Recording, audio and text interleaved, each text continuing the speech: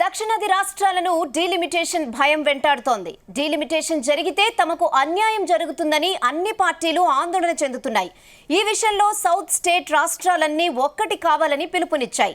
చెన్నై వేదికగా దక్షిణాది రాష్ట్రాల నేతల సమావేశం జరిగింది. ఈ సమావేశానికి వైసీపీ అధినేత జగన్ ఎందుకు డుమ్మా కొట్టారు? ఆయన సమావేశానికి రాకపోవడం వెనుకున్న కారణమేంటి?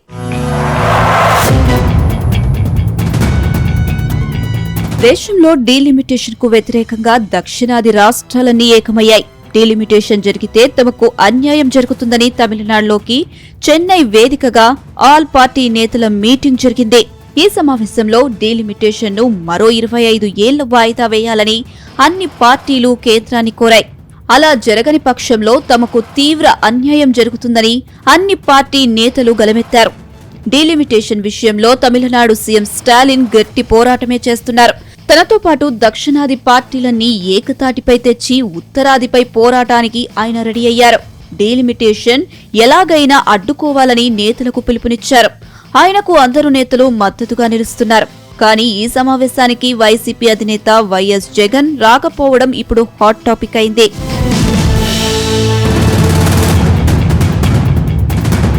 ఇక డీలిమిటేషన్ పై జరుగుతున్న సమావేశానికి Telangana CM Revanth Reddy, BRS working president KTR, Karnataka నుంచి deputy CM DK Shivakumar, Kerala నుంచి సీఎం పినరయి విజయన్, పంజాబ్ సీఎం భగవంత్ మాన్, ఇతర పార్టీ నేతలు సమావేశమయ్యారు. కానీ ఏపీ నుంచి ఏ ఒక్క పార్టీ నేతలు కూడా ఈ మీటింగ్ కు రాకపోవడం చర్చనీయాంశంగా మారింది. అయితే కేంద్రంలోని ఎన్డీఏలో టీడీపీ, జనసేన ఎన్డీఏలో భాగస్వాములుగా ఉన్నాయి కాబట్టి అవి హాజరు కాలేవు. పైగా ఇటీవల చంద్రబాబు, లోకేష్, పవన్ కళ్యాణ్ భాష సమస్య లేదంటూ స్టేట్మెంట్లు ఇచ్చారు. ఈ నేపథ్యంలో వైసీపీ అధినేత జగన్ ఈ భేటీకి హాజరవుతారని అంతా భావించారు. కానీ ఆయన భేటీకి రాకపోవడంతో రకరకాల చర్చలు జరుగుతున్నాయి.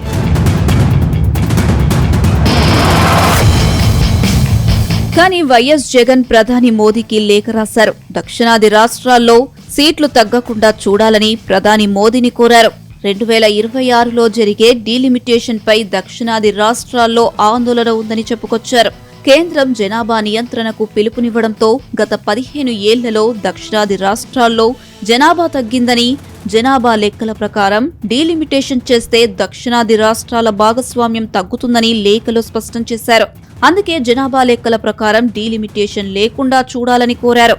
పార్లమెంట్లో తీసుకునే విధాన నిర్ణయాల్లో అన్ని రాష్ట్రాలకు సమాన భాగస్వామ్యం కల్పించేలా చూడాలని విజ్ఞప్తి చేశారు. ఇదే లేఖను ఆ పార్టీ ఎంపీ వైవి సుబ్బారెడ్డి, డీఎంకే అధినేత స్టాలిన్ కు కూడా పంపినట్లు పార్టీ నేతలు అంటున్నారు.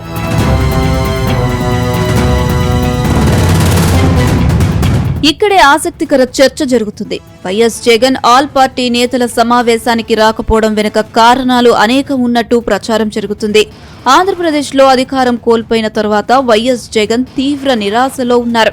ఈ సమయంలో పార్టీలో నేతలు కూడా ఒక్కొక్కరుగా జంపింగ్ చేస్తున్నారు. ఇప్పుడు పరిస్థితుల్లో పార్టీని కాపాడుకునేందుకు ఆయన నానా తంటాలు పడుతున్నారు. మరోవైపు జగన్ పలు కేసులు వెంటాడుతున్నాయి. సిబిఐ, ఈడీల కేసుల్లో ఆయన ఇబ్బందులు పడుతున్నారు. దాంతో మోదీతో అనవసరంగా గొడవ పెట్టుకోవడం ఎందుకనే ఆలోచనలో జగన్ ఉన్నారని చెబుతున్నారు. ఒకవేళ జగన్ ఈ మీటింగ్ కు వెళితే పాత కేసులు తప్పకుండా బయటకు వస్తాయని, దాంతో ఆయన మరోసారి జైలుకు వెళ్లడం ఖాయమని అంటున్నారు. అందుకే ఆయన ఈ సమావేశానికి డుమ్మా కొట్టారని చెబుతున్నారు. అయితే తనపై వ్యతిరేకత రాకుండా మాత్రం ఓ లేఖను విడుదల చేసి చేతులు దులుపుకున్నారని ప్రచారం సాగుతుంది.